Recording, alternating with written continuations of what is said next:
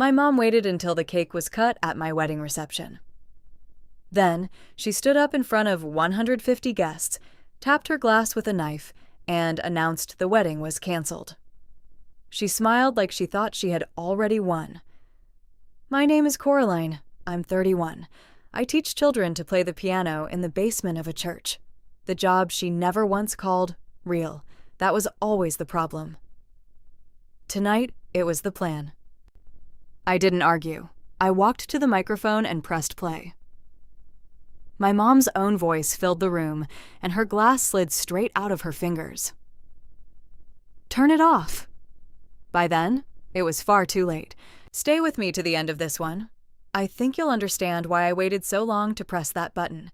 If your chest is already tight, do one small thing for me. Like this and subscribe, because you'll want to be in the room when you hear what was on that recording. And tell me in the comments where in the world you're listening from and what time it is there right now. I read every single one. Now come back with me to the beginning, to a little girl, a piano bench, and the two sentences that became the whole shape of my mother and me. There's a metronome in the bottom drawer of my piano bench. Black lacquer, a little brass key, the kind that ticks with a wooden arm instead of a beep. My mother gave it to me the year I turned 6.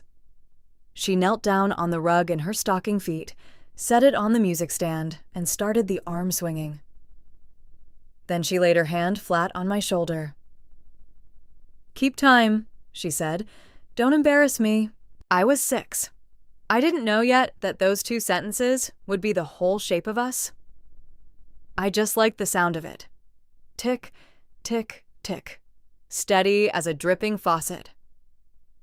I learned to play inside it, never ahead, never behind, and by the time I was 8, I could feel a wrong tempo in my back teeth. There was a recital that year, my first real one, a church hall full of folding chairs and other people's grandmothers.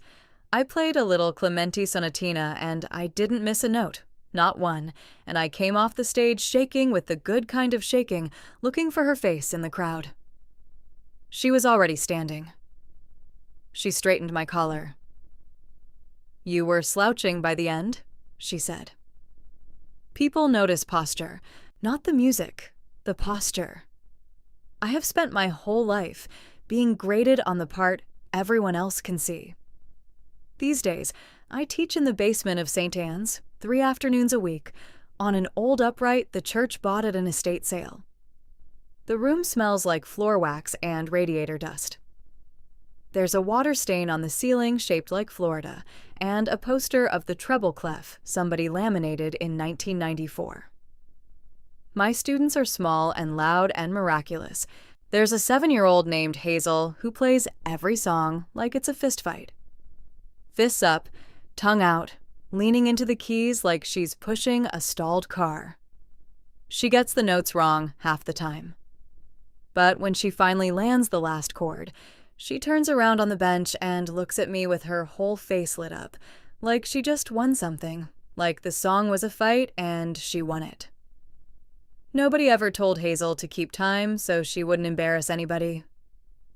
I would teach her for free. Some weeks I practically do. My mother has never come down those basement stairs. Not once in 9 years. When people at her club ask what I do, she has a line ready. "Oh, Coraline's in music," she says, and changes the subject, before anyone can ask what that means. My father might have come down those stairs. I like to think he would have, but he died the year I was 15. A heart thing, fast between one Tuesday and the next, and after that, it was only the two of us in that big quiet house, my mother and me, with no one left to stand in the doorway between us. She got very good at deciding who I was, because there was no longer anyone in the room to disagree with her. I learned to be small in rooms. I learned it the way you learn scales, by repetition, until my own opinion of myself was a thing I had to look up in her face. Once, I was going to be more than a basement. I left the conservatory at 22, 3 semesters from a performance degree, and the reason was never my hands. My hands were fine. The reason was a phone call. I had a jury recital coming up, a real one, the kind that decides things, and I called home to tell her, because I was 22 and I still wanted her in the third row. A concert career.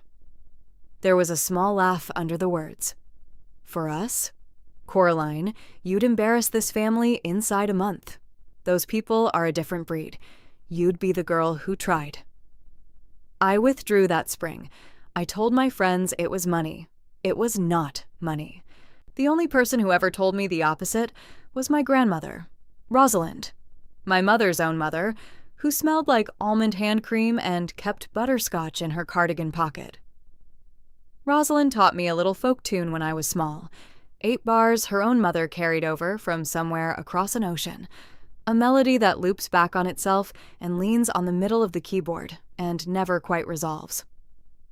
I'd play it in her kitchen while she did the dishes, and she'd shut her eyes and stop scrubbing. "Play it for you," she told me once, drying her hands on her apron. "Not for them.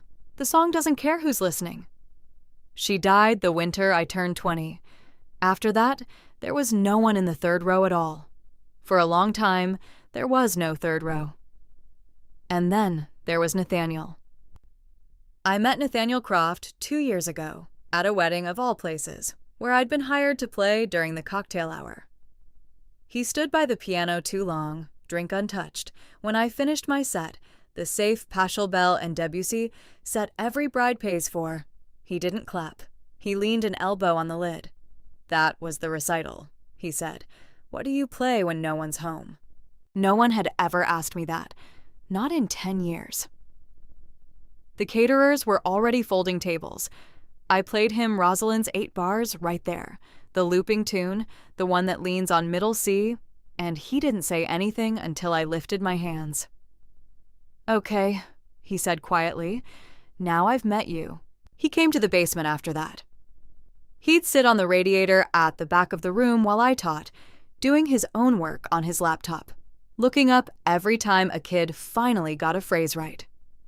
He learned all their names. He learned which ones were nervous and which ones were show-offs. One afternoon, Hazel finished a piece without a single mistake and spun around on the bench, fists still up, and Nathaniel set his laptop down and clapped, actually clapped, for a 7-year-old's first clean run through a beginner exercise. And Hazel beamed at him like he'd handed her the moon. I think I knew then, watching that I was going to marry him. He clapped for the part of my life my mother pretended not to see. 2 years. A small ring he picked himself. A church, a date in April, and a dress my mother insisted on choosing because she insists on choosing everything. She smiled at the engagement. She held my face in both her hands and smiled at me like I'd finally done something right. I should have asked myself what that smile was going to cost.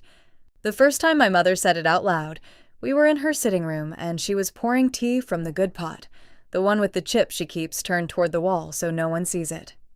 "I only worry, darling." She handed me the cup, saucer and all. Her voice was soft and even, the voice she uses for guests. People like us notice when a person marries up. That's all I'm saying. We notice. I want to be exact about my mother, Diane Ashford, because the part everyone gets wrong is the volume. She has never once screamed at me, not in 31 years. The cruelty was always quieter than that, and slower, and it always arrived wearing the face of concern. She sets a cruelty down in front of you, the way she set down that teacup. Carefully, like she's doing you a kindness and you're the one being difficult if you flinch. "He's a good man," I said. I'm sure he believes that. She stirred her own tea. The spoon never touched the sides of the cup. "Where did you say his people are from again?" His people were from a town she would never drive through. That was the entire crime. There was no other charge. She had us to dinner the next week, the 3 of us, in the formal dining room with the silver out. I watched her work on him across the candles, and I'll give Nathaniel this. He never once took the bait. She asked what his father did, knowing the answer. She asked, twice, whether he found Charleston society a bit much for someone coming from outside it. She mentioned a man she'd hoped I'd marry years ago, by name, while passing Nathaniel the potatoes. His name was Whitford, something Whitford. He ran his father's firm. My mother laid the name on the table face up, like a winning card, watching to see who flinched. Nathaniel took the potatoes and told her the lamb was the best he'd had in years, and asked her where she'd learned to make it. She was so unprepared to be asked a kind question that she answered it honestly for a moment, something about her own mother's kitchen, before she caught herself and went cold again. Nathaniel just answered her, plainly, kindly, and passed things back. At the end of the meal, he thanked her for the lamb and meant it. In the car afterward, he held my hand at a red light and said, "She's frightened of something. I just can't tell what yet." I told him she wasn't frightened of anything. I was wrong, and he was right, and it took me weeks to understand what she was actually afraid of, because it was never really about his town, or his father, or the silver. Underneath, my mother lived for one thing, and I'd been watching her do it my whole life without naming it. She lived for what the room would say. I'd seen her rewrite me to a room 100 times. At a garden party once, when I was 19 and someone asked about my playing, she stepped in smoothly and told them I'd decided the conservatory wasn't a serious enough use of my time and was exploring other things. I was standing right there. I had cried for 3 days when I left that school. She told it like a decision I'd made over brunch, and everyone nodded, and I learned to nod along because correcting her in public was the one thing more embarrassing than the lie. There was a version of my mother's life she told at every dinner table, and I was supposed to be the next chapter of it. She had been a beautiful girl from a good family who married exactly the right man and ran exactly the right house. And when my father died, she rebuilt the whole thing around me, around the daughter who would go to the conservatory, play in real halls, marry back into all of it, and prove the Ashfords still counted for something. That was the story. I was the proof of it. When I left the conservatory, I cracked the proof. And if I stood up in a church to marry a man from a town she'd never drive through and went on teaching scales in a basement forever, I wasn't just disappointing the story. I was ending it, in public, with my own 2 hands, and every person she had ever told it to would be sitting right there in folding chairs to watch me do it. That was her pride, the real one. Not money, the story. She owned the story of who I was, and she rented it out to the room however it flattered her. And me, her only child, standing up in a church in front of all of Charleston to marry a man from a town she'd never drive through, to stay a piano teacher in a basement forever. That wasn't a disappointment to her. That was a verdict. On her. In public. Permanent. She said it best herself one afternoon, almost to the window, when she thought the conversation was over. "Do you know what they'll say?" Her teacup stopped halfway to her mouth. "That I raised a daughter who threw herself away. Twice." I drove home without answering. And then she did something I noticed at the time and read completely backward. She took over the guest list. "My family does not invite everyone. My mother has spent her life deciding who earns a place card and who does not. But suddenly, she wanted cousins we hadn't seen in years. Second cousins, her bridge club, her old college roommate, the dean's wife. Everyone should be there," she said, writing names in that careful hand, not looking up. "Everyone needs to see this wedding." I thought she was finally opening the door. I thought it was a peace offering, an apology she'd never say out loud. I sat across the table from her and felt something warm and stupid bloom in my chest, because she wasn't building a celebration. She was building an audience. 150 chairs. She filled every single one herself. I just didn't understand the arithmetic yet. A week later, a woman knocked on the door of my basement studio. She came in the late afternoon, between students, when the light through the high windows goes the color of weak tea. I had a stack of beginner workbooks under one arm and chalk on my fingers. I almost didn't hear the knock over the radiator. She was younger than me, maybe 28, in a coat too thin for the weather, holding her phone flat against her chest with both hands like it was something warm. Her name, she said, was Brielle. "I'm sorry to do this here," she said, "but you deserve to know before the wedding." Then she told me she'd been with Nathaniel, that it had ended badly, that she was 3 months along, and that he knew, and that he'd told her I was the safe choice and she was a phase. I stood very still. The radiator knocked twice and went quiet. Here's the thing that snagged on me even then, in the first 10 seconds, before I had any reason on earth to doubt her. She knew too much. She knew Nathaniel takes his coffee black with 1 sugar, which is true, and which almost nobody knows because he's embarrassed by the sugar. She knew his mother's first name. She knew the little scar on his left hand and the exact story of how he got it, down to the summer, and she recited all of it the way you recite a grocery list. Smooth, in order. No hunting for the next item, no, and, what else? People don't remember heartbreak in order.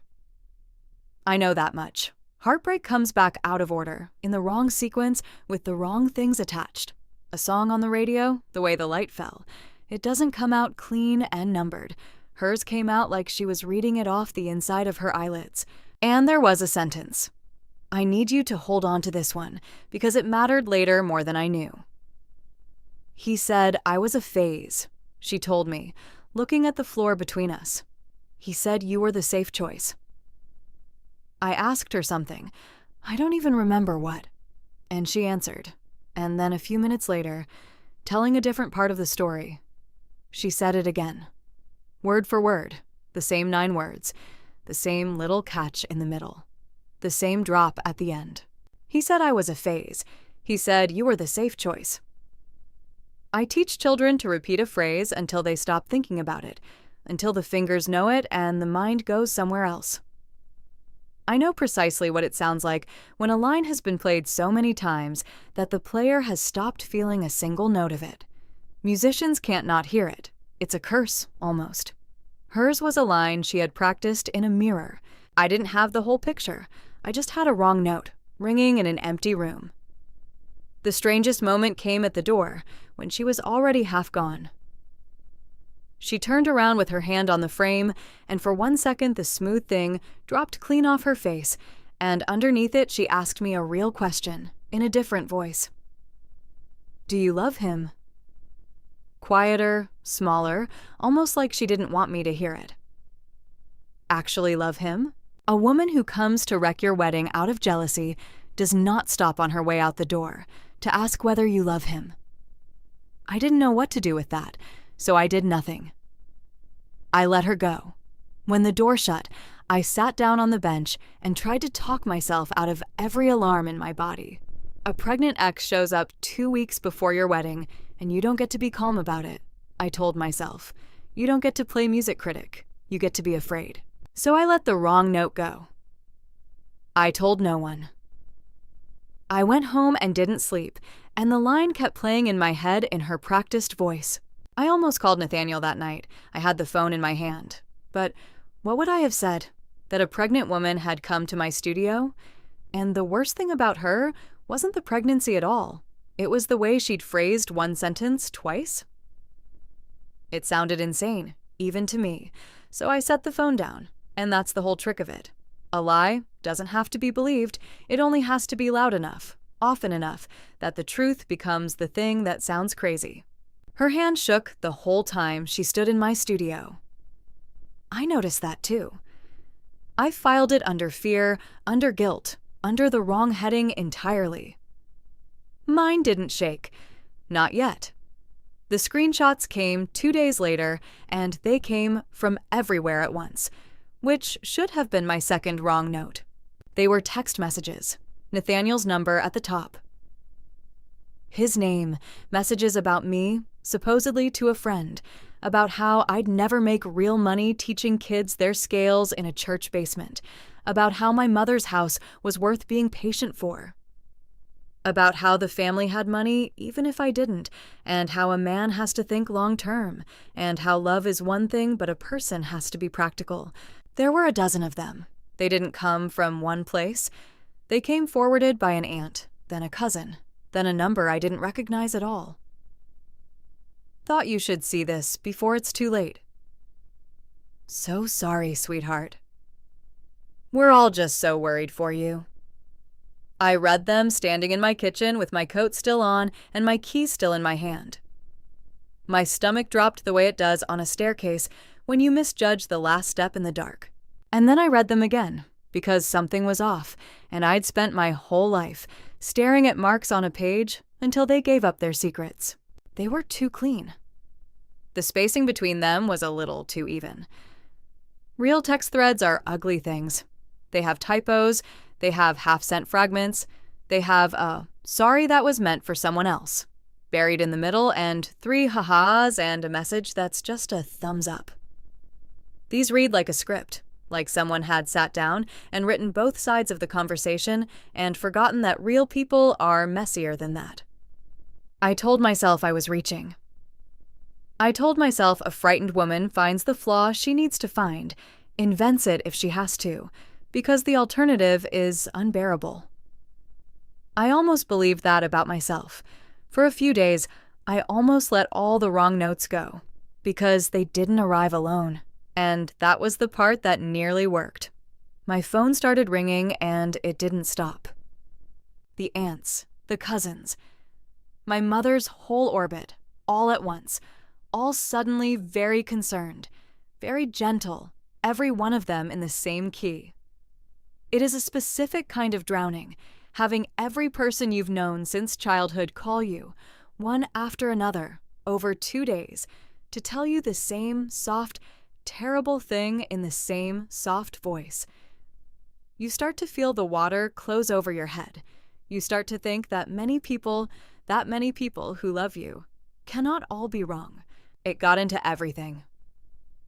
At my final dress fitting, the seamstress, a woman who'd done alterations for my mother for years, pinned my hem and wouldn't quite meet my eyes in the mirror, and finally said soft, around a mouthful of pins, that she hoped I'd thought it all through, given everything. Given everything. Even the woman hemming my wedding dress had been handed the story. I stood on that little platform in white and felt the walls come in another inch. My Aunt Lorraine took me to lunch. Lorraine has known me since before I could walk. She changed my diapers, she taught me to swim. She reached across the table and held both my hands in hers and looked at me with real, wet-eyed worry, and that, more than any screenshot, is what nearly finished me. "Your mother told me about all of this," Lorraine said, squeezing my fingers. "Weeks ago. We're all just so worried for you, baby. We don't want to see you hurt." I smiled and nodded, and felt the floor of the restaurant tilt under me, and it wasn't until I was back in my car, key in the ignition, not turning it, that the words caught up and went cold. Weeks ago. The screenshots were 2 days old. The pregnant woman at my door was 4 days old. But my mother had been telling people, telling Lorraine, telling the whole orbit weeks ago, before any of it existed, before there was a single thing to be worried about. How does a person warn the whole town about a storm before the first cloud shows up in the sky? I sat in that parking lot with my hands at 10 and 2, and I did not start the car. Everyone believed it. Lorraine believed it. The cousins believed it. And the worst part, the part I'm not proud of and never will be, is that surrounded by all those gentle, worried voices for 3 straight days, I almost believed it too. I almost let a room full of people I loved tell me what my own ears already knew was a lie. So, let me ask you something, and be honest. If you got that phone call, and that lunch, and that whole soft chorus telling you the person you love is a fraud, would you have trusted the small thing your gut was whispering? Or would you have trusted the room? Tell me where you'd have landed. I did the thing you're supposed to do? I need that on the record because afterward people asked me why I didn't just talk to him. And I did. I drove straight to it. I went to Nathaniel's apartment that night, and I put the printed screenshots on his kitchen counter, and I watched his face the entire time he read them. He didn't perform. That's the part I'll remember when I'm old. He didn't get loud. He didn't get wounded. He didn't reach for me or raise his voice or do any of the things a guilty man does when he's caught and a hurt man does when he's accused. He read them once. He read them again, slower. Then he set his own phone down next to the printouts, opened to his calendar, and slid it across the counter toward me with 2 fingers. "I've never met her," he said. "I don't know who she is. Call the number she gave you. Ask her to take a paternity test. Today, tomorrow, whenever. I'll pay for it." He tapped the calendar. And here is where I actually was. Every single day she says I was with her. Check it. Call my brother, call my boss, check the parking app on my phone if you want. I'm not going anywhere, Coraline. I asked him the cruelest thing I had because I needed to watch his face while I asked it. I asked if there was any part of it that was true. Any single part. He didn't flinch, and he didn't look away. "No," he said. "And I'm not going to be angry that you asked. Somebody built this whole thing so that you would have to ask. I'd rather you ask me 100 times than believe it once." He said it without any heat, like he was explaining something simple to one of my students, and that more than the calendar, more than the paternity test, was the thing I could not make fit a liar. He had handed me every reason in the world to believe him. He'd laid them out on the counter like a man emptying his pockets, and I still heard my mother's voice instead. That's the thing I can't soften, no matter how I tell it. He stood in his own kitchen and offered me the truth on a plate, with receipts, and a lifetime of being told that my judgment couldn't be trusted, that I embarrass the people who know better, that I overreach, that I'm the girl who tried.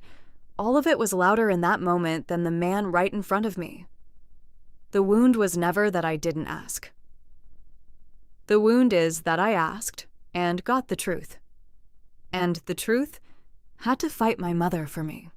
And for a few days, my mother was still winning. I couldn't go home, not right away. I drove to St. Anne's instead, let myself down into the dark basement, and sat at the old upright, the one with the dead key. The middle C had died weeks before. The key still moved, still went down under my finger, but no sound came up, just the soft thud of the hammer against dead felt. I'd been playing around it for a month, rerouting melodies, leaving a small, silent hole in the middle of every song I touched. I started Rosalind's tune, the 8 looping bars, and I got to the 3rd bar, where the whole melody has to lean its weight on middle C, and there was nothing there to lean on. Just a wooden knock where a note should have been. Some songs you cannot finish with a key missing. I closed the lid and drove home, and didn't sleep. The next afternoon, I came back early, before any of the students, and pressed the middle C. And it worked. I pressed it again, and again, and again, like a child. Like I was checking it was real and would stay real. There was a folded note on the music stand in Nathaniel Square, careful handwriting. "Now, your students can hear the whole song. N. I'll wait. Take your time." He hadn't come to argue, or to plead, or to leave a long, wounded letter. He'd come while I was out, taken the upright apart, fixed the dead key with his own hands, and gone, and left me 8 words on a music stand. He had already told me the truth and offered me his proof. The note wasn't a defense. It was a man stepping back so the choice would be mine, and only mine, with no thumb on the scale. A man planning to use me for my mother's house does not drive across the city to fix the quiet keys on a church basement piano that earns him nothing. I sat on that bench a long time with my hand flat on middle C. I almost knew. I almost let myself know all of it. And here's the truth of how close she came. That same week, worn down by the chorus, I had nearly decided to do the simple thing, the painless thing. Not to fight, not to confront anyone, just to quietly call the whole wedding off and make the ache stop, because making the ache stop is a thing you will trade almost anything for, even the truth, even a good man, even yourself. That was the night a number I didn't recognize lit up my phone. It was Brielle. And her voice was nothing like the smooth voice at my studio door. "Don't hang up," she said. The smoothness was gone, scraped right off. It was coming apart in real time. "I lied to you. Somebody paid me to do it."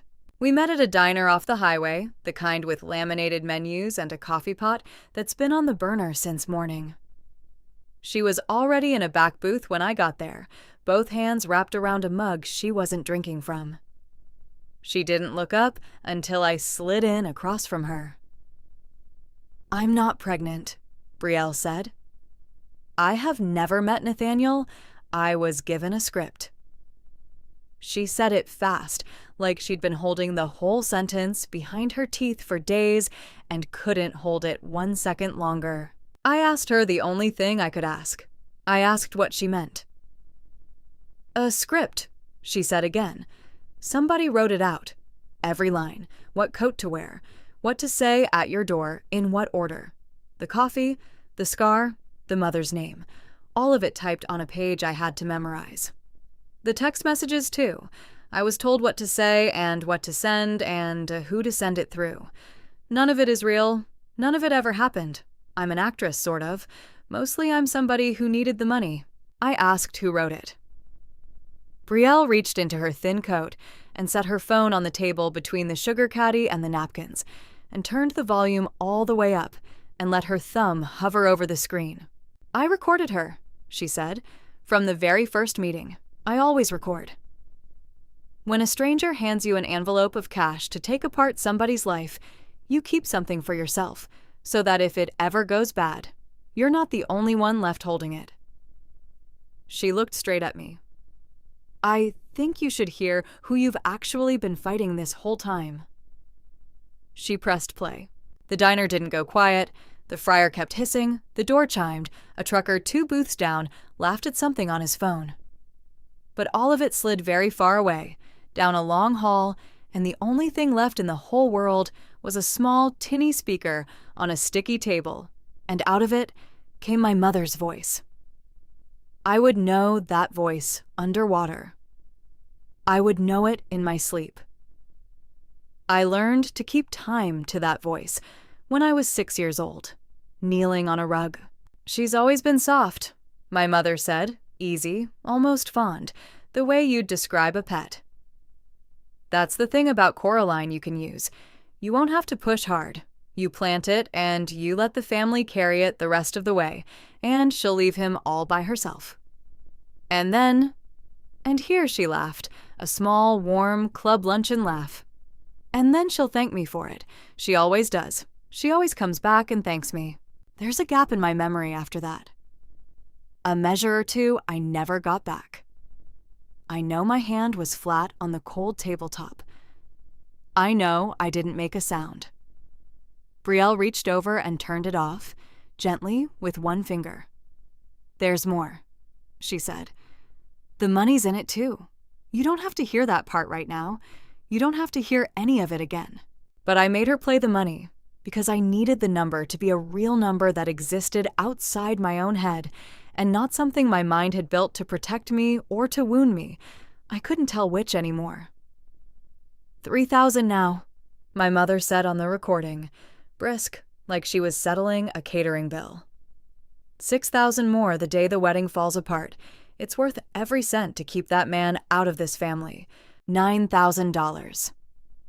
My mother sat down across from a stranger and priced my heartbreak, item by item, and paid a deposit on it, and laughed in the middle. Brielle slid a screenshot across the table to me, a payment confirmation. $3,000. The date. My mother's name on the sending account, plain as a signature. She had kept that too. She had kept everything. "I have a kid," Brielle said, and her voice cracked clean down the middle. and for the first time, she didn't try to smooth it back over. She let it break. A little girl. 5. I took the first 3, because rent is rent, and I told myself it was just acting. She'd just dumped some loser she was better off without, and nobody really gets hurt. That's what I told myself the whole drive to your studio. And then I'm sitting in your basement, lying to your face, and you've got chalk on your hands and piano dust on your sleeve, and you ask me if I want a cup of coffee while I'm doing it. While I'm destroying your life, you offered me coffee. She shook her head. I already spent the 3 on rent, and I'll pay back every dollar of it if it takes me the whole year, because I don't want her money, and I never should have touched it. I couldn't take the rest. I just need you to know it wasn't real. Before I left, she sent all of it to my phone. The recording, the screenshot, every dollar of it. It's yours now, she said. Do whatever you have to. I made it out to the parking lot before my legs quit on me. I sat down on the cold curb in my coat, in front of a diner I will never set foot in again, and I stayed there. The sky went from gray to a deeper gray to nothing at all, and the streetlights over the gas pumps came on one at a time, ticking on with a little electric hum, and I watched all of them come on, and I did not move. My phone buzzed in my coat pocket while I sat there. I took it out. It was my mother. A text. 2 soft lines, asking if I'd gotten home safe from wherever I'd run off to, with a little heart at the end. I read it twice. I was sitting on a curb in the dark, having just heard her set a price on me, and she was sending me a heart and asking if I was safe. I turned the phone face down on the concrete beside me and left it there. My mother paid $9,000 to break me. And she did it the exact way she does everything, the way she poured the tea, the way she straightened my collar. Quietly, wearing the face of a woman who only worries. I did not go to her. That was the first decision, and looking back, it's the one that mattered most. I sat in my car outside that diner for a long time, and I ran it forward, the way I run a difficult piece in my head before I ever touch the keys. Every measure, every place it could fall apart. I pictured driving to her sitting room with the good teapot and setting the recording on her table and watching her listen to her own voice. And I knew exactly what would happen, because I have watched it happen for 31 years. In private, my mother always wins. In private, she would tilt her head and tell me the recording was edited, doctored, spliced together by a desperate girl. She would tell me Brielle was a con artist, unstable, a liar I'd been foolish enough to trust, and wasn't that just like me? To be naive, to be taken in, to embarrass the family chasing some made-up drama.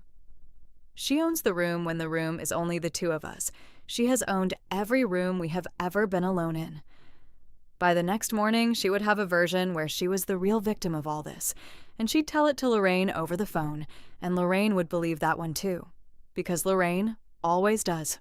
The recording was only a weapon if she could not talk her way around it afterward. And there is exactly one place a person cannot talk her way out of her own voice: in front of witnesses. In front of the precise people whose good opinion is the only thing she has ever truly loved in this life. And that was when I finally understood the guest list. She had filled all 150 of those seats herself. The cousins, the bridge club, the college roommate, the dean's wife, every one of them invited so they could sit in folding chairs and watch her rise up and stop the wedding and watch me come apart and watch her be proven right in front of the whole town. She had built the audience for her own performance, weeks in advance, and seated them, and she didn't know she'd built it for mine. I decided to let her keep the audience. I just wasn't going to play the part she'd written for me. So I did nothing she could see. I let her finalize the seating chart. I let her choose the processional, the very music she'd never once let me play in public. And while she did all that, I made one quiet arrangement of my own. I went to the band a week out. The band leader, a kind man with reading glasses, and I asked him to set up one thing and keep it to himself. my phone, paired to the room's speakers, one cue, ready. If my mother stood up and did the thing I now knew with certainty she was capable of, in front of everyone, I would be ready. And if somehow she didn't, no one would ever know I had carried it into that room at all. I thought hard about telling Nathaniel all of it, the recording, the plan, the cue. I decided not to, and not because I doubted him. I decided not to because he is a fundamentally honest man, and an honest man's face gives things away, and I needed my mother to believe right up until the last possible second that she was about to win. I needed her comfortable. I needed her to stand up. So I carried it alone, which is a thing I've always been good at, carrying things alone, and the night before the wedding, I lay awake beside him and listened to him breathe, and rehearsed it all in the dark, the way I used to rehearse a piece, measure by measure, until I could have played it with my eyes shut. I telephoned Brielle. I asked her to come to the wedding. I told her to sit in the very back, near the doors, to bring her phone and the screenshot, and to stand up only if I looked at her, and only then. She was quiet for a moment on the line. "You sure you want me anywhere near that room?" "You're the only person in this whole thing who didn't lie to my face the second time," I said. "Yes, I'm sure." I told Nathaniel almost nothing. I told him I believed him, which was true. I told him I loved him, which was truer than anything. And I told him that whatever happened at the reception, no matter what, he should let it happen and stay exactly where he was standing. He looked at me for a long moment across his kitchen, and then he nodded, because by then he had learned the one thing about me that my mother never bothered to. That when I go quiet, it isn't surrender, it's tempo. The morning of the wedding, my mother fixed my veil with her own 2 hands and smiled at me in the mirror, proud, serene, certain.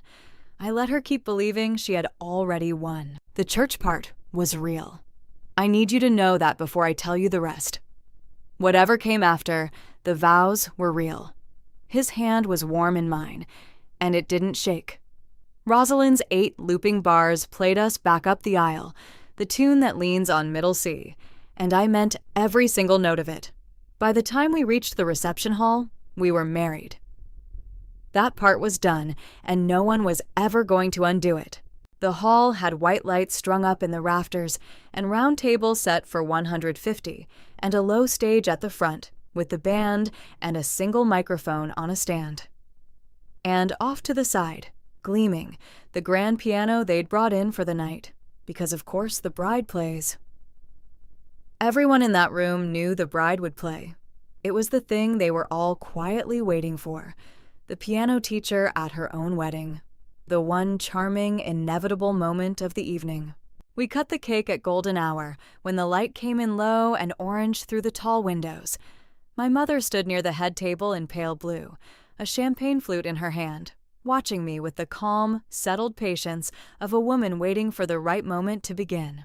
There had been toasts already. The best man, a college friend of Nathaniel's who lost his place twice and got a laugh both times. A great aunt who cried into the microphone. People were warm and a little drunk and happy, and the band was tuning quietly for the first dance, and for a few minutes, I let myself just stand in it, in the white lights and the noise. Married, his ring still new and strange on my finger.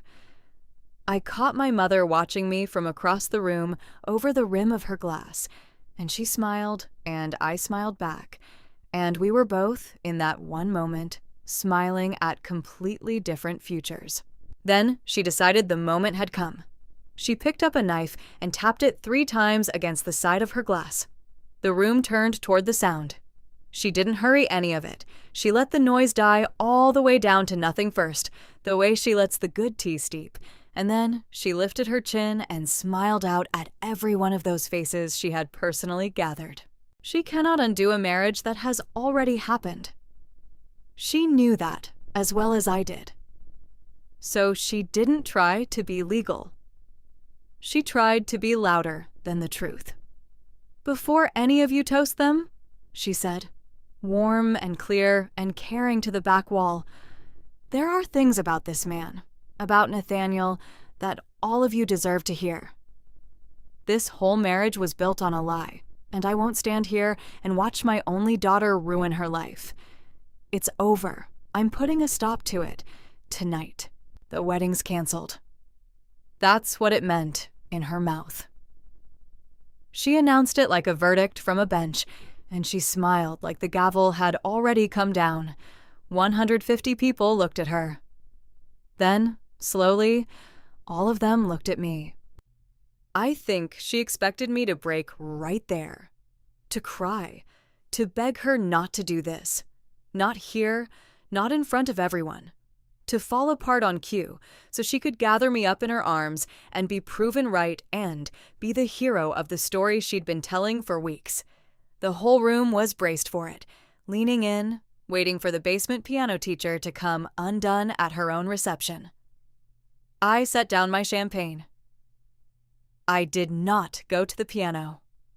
I walked to the microphone. "You wanted everyone here, Mom." My voice did not shake. "So, let everyone hear." I pressed play. For 3 seconds, nobody understood the sound. A little crackle, the far-off hiss of a diner. Then, her own voice came out of every speaker in that room. Easy, fond, unmistakable. "She's always been soft. You won't have to push hard. She'll leave him all by herself, and then she'll thank me for it." My mother's smile fell apart at the corners. "That's not—" She put one hand out toward the stage, toward me. "Someone made that. Someone faked it. Turn it off." I didn't move. Her own voice kept going. She couldn't speak over it. For the first time in my entire life, she could not get out ahead of the story, because the story was her, in her own throat, with no room left anywhere to edit it. The recording reached the part I'd had to hear twice on a curb while the streetlights came on. 3,000 now, 6,000 more the day the wedding falls apart. It's worth every cent to keep that man out of this family. The flute slid straight out of her fingers. It didn't shatter. It just dropped and rolled, and pale champagne ran out across the parquet floor toward the first row of her guests. Nobody reached down to pick it up. "Turn it off," she said. "Turn it." She reached for the edge of the head table and missed it, and caught it on the second grab, and held on. The warm club voice was gone now. What came out was high and thin and had no floor under it. I let the recording run one moment more. Then I stopped it myself, because the room did not need the rest. The room had gone the kind of silent that has actual weight to it, that presses on your ears. 150 people, and not a single fork moved. That was when I looked to the back of the hall, to the doors, and Brielle stood up. People turned to her, and you could watch it travel across the tables in a wave, the recognition, the whisper. "That's her. That's the woman, the one from the messages, the pregnant one." She didn't say much. She didn't need to. Oh, she paid me to lie. Brielle held up her phone so the people nearest the back could see the screen, the payment, the date, the name on the account. I have never met the groom in my life. None of it was true. It's all right here. Every dollar. The receipt was small and quiet, and in that silence, it landed like a dropped piano on a hardwood floor. My mother turned in a slow half circle, looking for a face that would help her, the way she has always found one. The way the room has always closed itself, protectively around her. The room did not close. A chair scraped at table 3. My Aunt Lorraine stood up. Lorraine, who had held both my hands across a lunch table and told me, weeping, that she was only worried.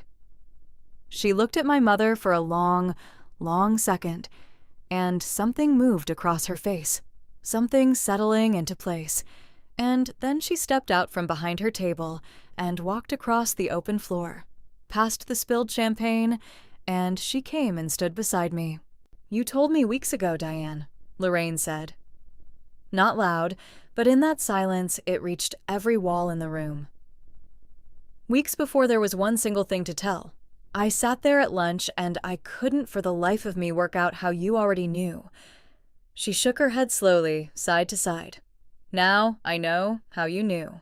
After that, the audience my mother had built turned the rest of the way around, all 150 of them, and faced her.